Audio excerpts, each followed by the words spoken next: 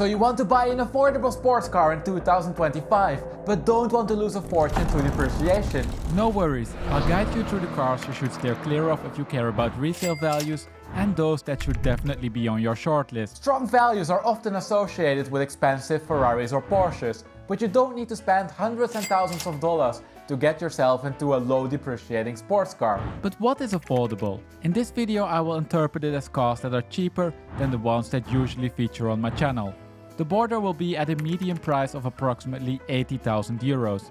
But don't worry, I'll also include models that are way cheaper. This means that some brand new cars will be included that didn't feature yet on the channel, but also some 15-year-old exotics. This video is packed with data, so let's get started. We start with the Asian brands and perhaps one of the most popular entry-level sports cars, the Miata.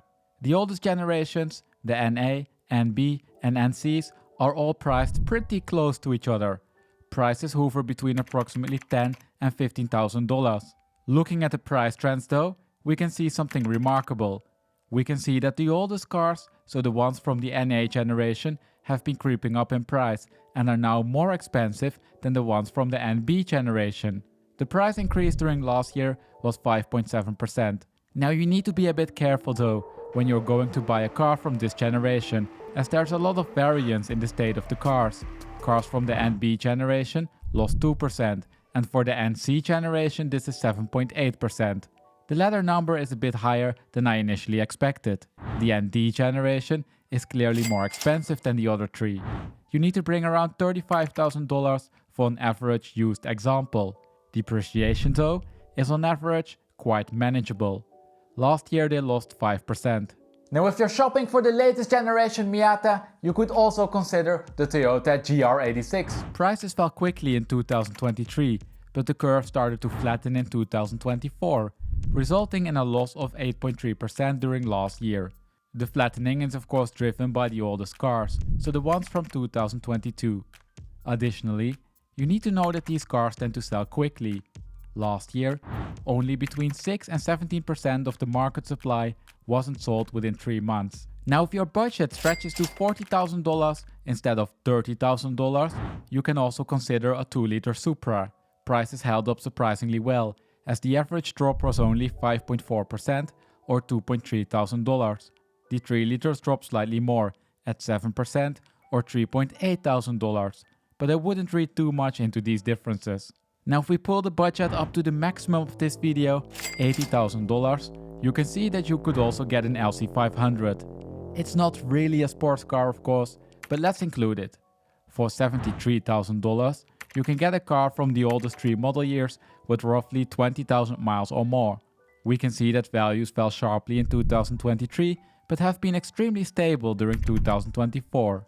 We're looking at a loss rate of 0%, an amazing result. Depreciation rates in the Nissan Z market are a lot higher, but this can to a large extent be attributed to the deflation of the price premiums.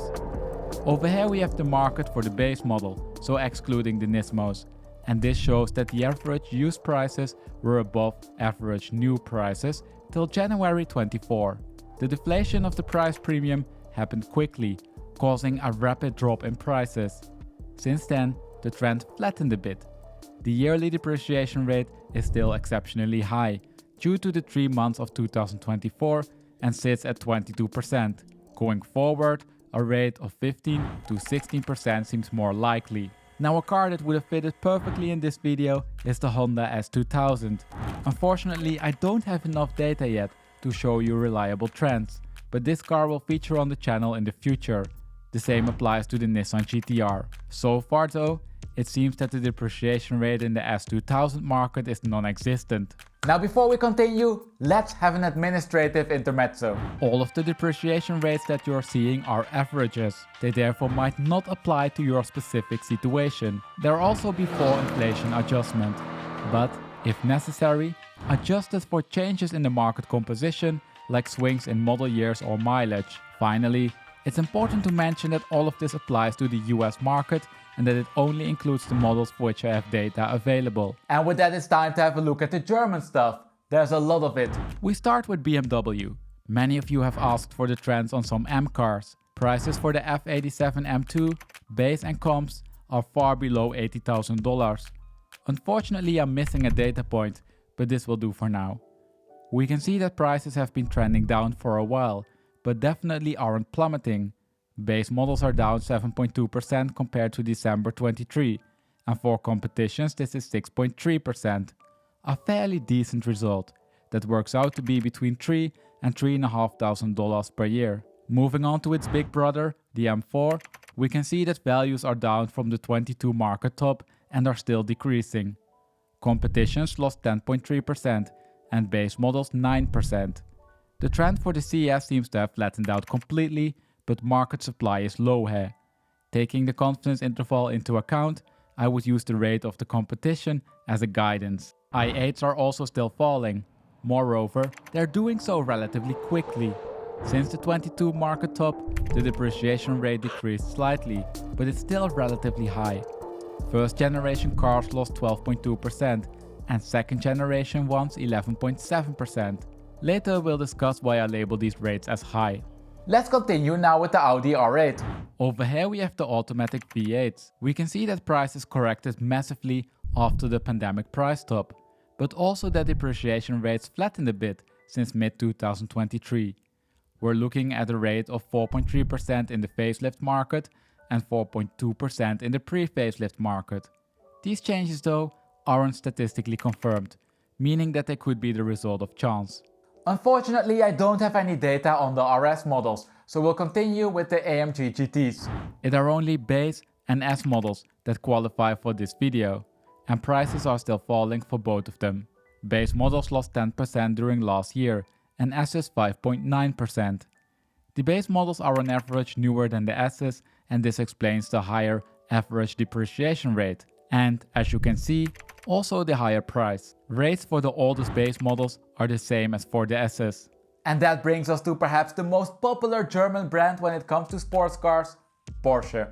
This is by far the most covered brand on the channel, so I'm not going over all of the price trends for the different variations of Boxsters, Caymans and 911s. If you head over to this video, you'll find the latest trends for the 911 Carreras, and in this video you'll find the ones for the Boxsters and the Caymans. Looking at the year-over-year rates for the Caymans under $80,000, we can see that the average rate was 0%.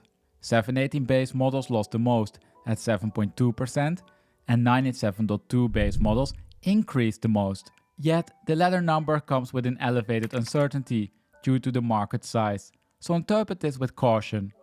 In general though, rates fluctuate between -5 and +2%, a good result.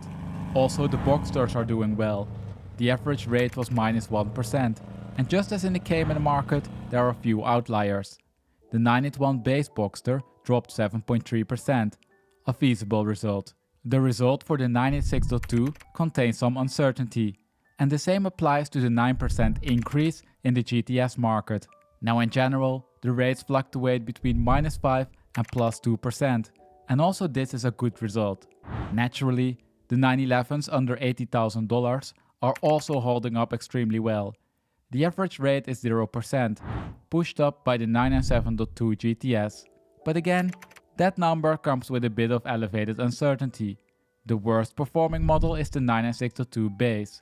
Yet, worst in this case still means excellent, as it only lost 3.4%.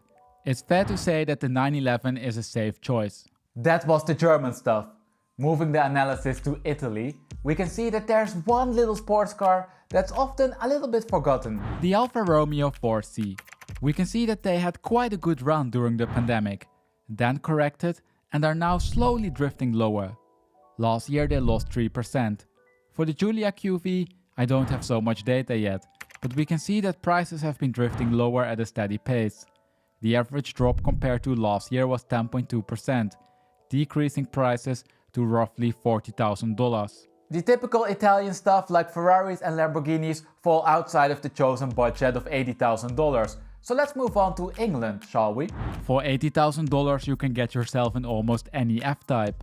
There are a lot of model variants to cover, so let's get going. If you want a facelifted V8, you can get yourself a P450 or R. By now, depreciation rates are not as high as you might expect. Rs lost 7.7% during last year, and for P450s this is 7.6%. The latter ones are still fairly new compared to some other stuff that we looked at before. The facelifted V6 and 4 cylinders are depreciating at a quicker pace. The P380 is down by 12.4% compared to last year, while this is 14.5% for the 4 cylinders. Moving on to the pre-facelift V8 models, we can see that S's have been doing extremely well lately, and that SVRs also saw a slight flattening in the curve. Rs appear to be falling in a linear fashion. For the yearly rates, this means that we arrive at minus 7.3 for the SVR, minus 15.7 for the R, and plus 3.8 for the S's. It also means that it's likely that we'll see a shift in the trend for the Rs or the S's soon, as prices are starting to intersect. Then we have the pre-facelift V6 models. Over here I excluded the P340s and 400 Sports, because market supply is starting to get too low to give reliable estimates. Instead, we have the base, S and P380s. We can see that depreciation is still relatively high. Base models lost 16.5%, S's 16.3%, and P380s 22%.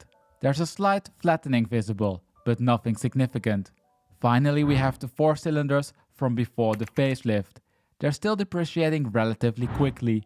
We can see that they lost on average 14.4% during last year.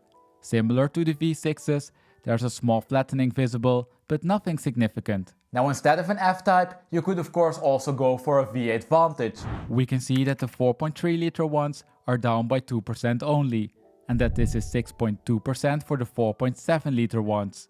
There are of course different model variants, but the trends become unreliable if we look at each of them individually.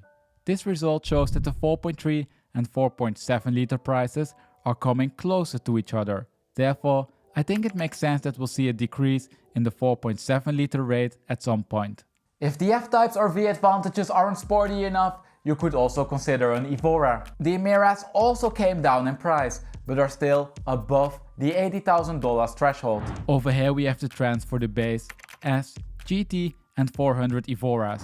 All markets, besides the 400 one, are relatively small, so we need to interpret the results with care. Base models lost 2.3%, and for S's this is 5.7%. But these changes aren't statistically confirmed, so they could be the result of chance. 400s are down by 7.9%, and this is mainly driven by the low mileage cars. 400s with more than 10,000 miles hardly lost anything. GTs are down by 9.1%.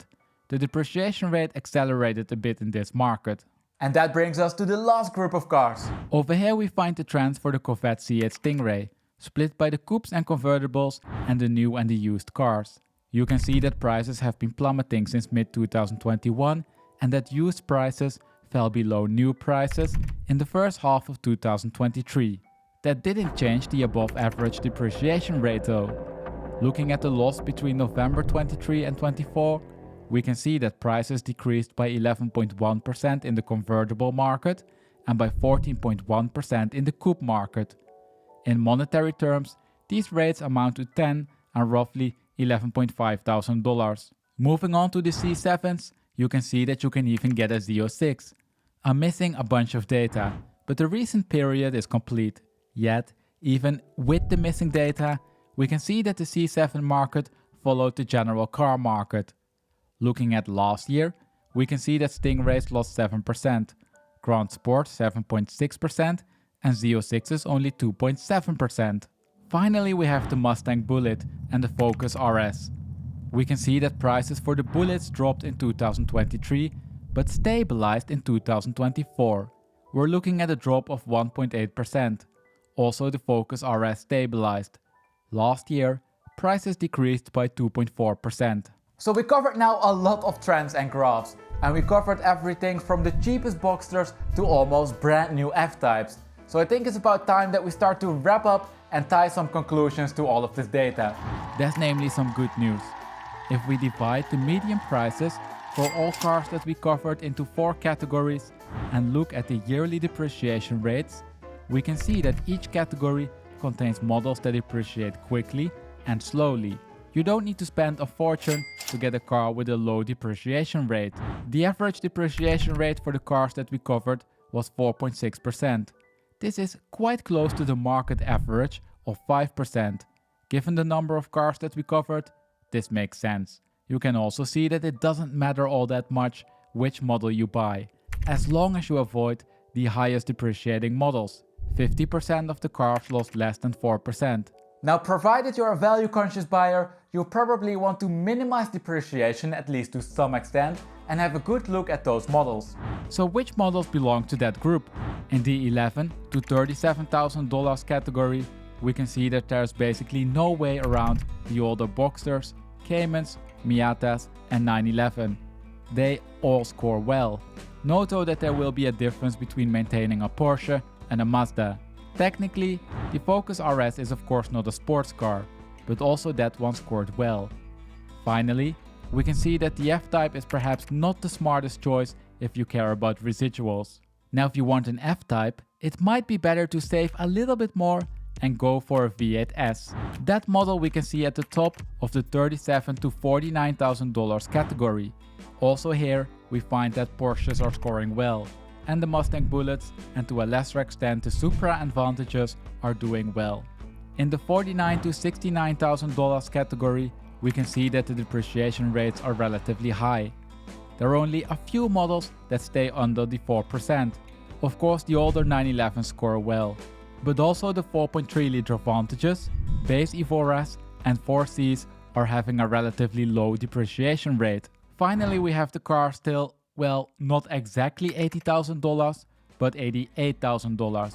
Naturally, the 911, Boxsters and Caymans are again performing well, but also here there are a few other options available. LC500s, C7 Z06s and R8 V8s from after the facelift are also scoring well, with rates under the 5%. C8 Stingrays and second generation i8s are performing quite poorly compared to the rest of the models and are best to be avoided if you care about residuals. And with that we arrived at the end of this video. Now if you enjoy this data-driven way of analyzing car prices but would like to see a video for a different car, head over to my channel. Over there you'll find data-driven market analysis for a large variety of cars. Can't find the car you're looking for? Let me know the name of the car by commenting it down below in the comment section. Once there are enough results for a certain car, I'll make a video about it. As always, thank you for watching and I hope to see you again in 2 weeks for a fresh market update.